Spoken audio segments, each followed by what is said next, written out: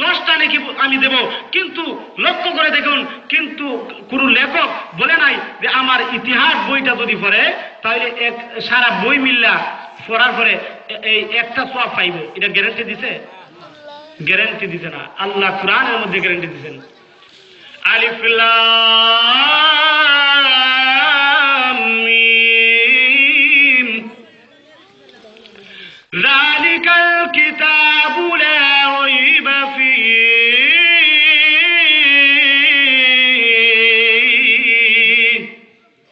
আল্লাহ বলেন, ও দুনিয়ার মানুষেরা, যালিকাল কিতাবু লা রাইবা ফীহি, আমি আল্লাহ এমন এক কোরআন বানাইলাম, আমি আল্লাহ এমন কিতাব আমি নাজিল করে দিলাম। দুনিয়ার মানুষেরা, যালিকাল কিতাবু লা রাইবা ফীহি, ওই কিতাবের প্রতি কোনো সন্দেহ নাই। সুবহানাল্লাহ। আমার বন্ধুগণ, লক্ষ্য করে দেখুন, এই যে কোরআন এবং হাদিস শিক্ষা দেওয়া হয় মাদ্রাসার মধ্যে, এই মাদ্রাসার একটা ছাত্র যদি কোরআনের হাফেজ হয়, কোরআনের হাফেজ হইলে ওই ব্যক্তি 10 জন মানুষ যারা জাহান্নামের মধ্যে চলে যাবে, ওই 10 জনকে জান্নাতের মধ্যে দিতে পারে। সুরে সুরে সুবহানাল্লাহ।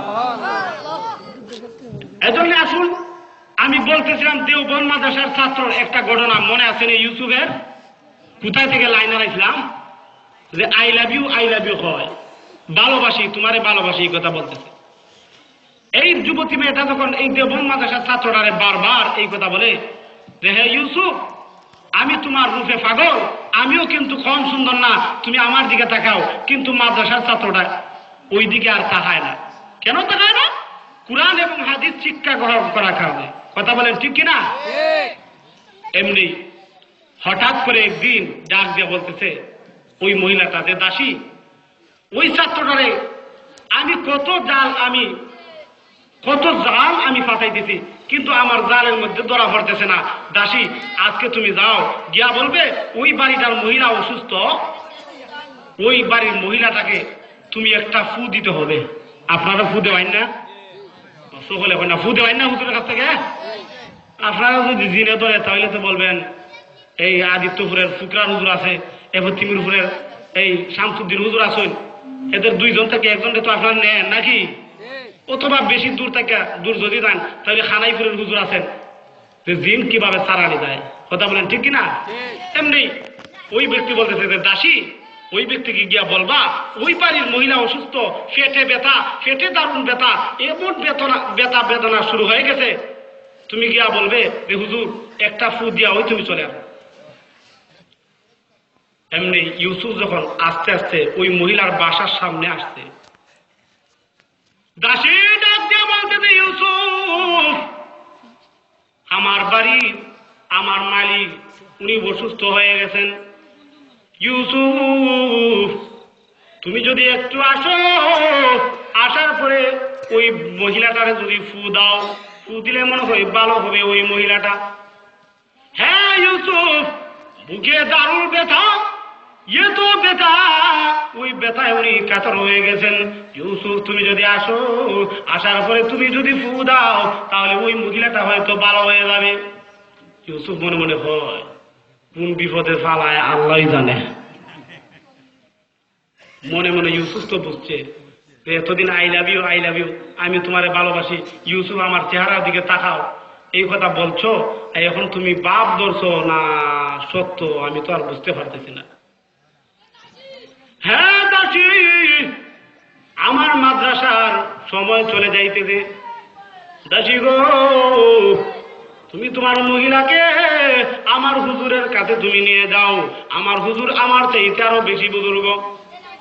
দাসী ডাক দেয়া বলতেছে, না তুমি যদি একটু আসো তাহলে আমার মনে হয় তোমার ফু ভালো হবে, কারণ তোমার একিন করছে, কোন একিন করছে এটা তো আপনারা বুঝছেন। হ্যাঁ ইউসুফ, তোমার একিন করছে, তুমি তাড়াতাড়ি চলো। ইউসুফ মনে মনে হয় আল্লাহ জানেন কোন বিপদে পড়বো রে। ঘরের মধ্যে গেছে, যাওয়ার পরেই দেখা যায় মাশাআল্লাহ ঘরের সিটকাইটা বন্ধ করে দিছে। ইউসুফ কয় তুমি না অসুস্থ, ফেরের মধ্যে বেদনা, এখন এখানের মধ্যে সিটকারি লাগাইলা রে ইউসুফ, 1 বছর যাবত আমি তোমাকে ভালোবাসি, I love you Yusuf, I love you Yusuf বলছি। হ্যাঁ ইউসুফ, তুমি শুনে রাখো, আজ তুমি কোথায় ফালাইবা? আজ ফালানোর কোনো রাস্তা নাই। ইউসুফ মনে মনে বলতেছে, হে মহিলা তুমি কি করবা?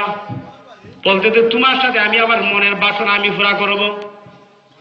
ইউসুফ কিন্তু বড় বুদ্ধিমান ছেলে ছিল।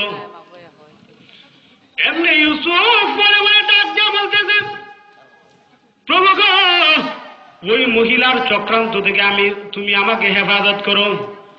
এমনি ডাক দেয়া বলতেছে, মহিলা রে, তোমার মনে যা চায় আজ তুমি তাকবীর, নারে তাকবীর, দিন ইসলাম, দিন ইসলাম, আলো আল হাদিসের আলো, ঘরে ঘরে জালো। ওয়া আখিরু দাওয়ানা আলহামদুলিল্লাহি রাব্বিল আলামিন। সম্মানিত উপস্থিতি।